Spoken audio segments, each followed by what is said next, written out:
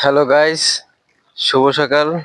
কারণ আসলাম সাগর পাড়ে, আসা পরে আমাদের এই যে দৃশ্যগুলো লাগতেছে অনেক ভালো লাগতেছে। আর মূল কথা হয়েছে যে আমি একটু আসলাম একটু মাড়ি ফেরানোর জন্য, কিন্তু পাড়াই আমার কাছে অনেক সুন্দর লাগতেছে। তো তোমরা যে যে ধুমপাড়া সাগর পাড়ে আসতে চাও, আর সেটা অবশ্যই মাড়ি ফেরাবা, কারণ শরীরের জন্য অনেক ভালো হবে। কারণ আমরা গার্মেন্টসে জব করি, জব করলে কারণ অনেক শরীরে রোগ ব্যাধি হয়, কিন্তু মাড়িটা ফারাইলে এগুলো হয় না। ঠিক আছে, এগুলো রোগ ব্যাধি থেকে অনেক কম কম থাকে। তো যারা যারা ভিডিওটা ভালো লাগছে শেয়ার করে দিও, লাইক শেয়ার কমেন্ট করে দিও।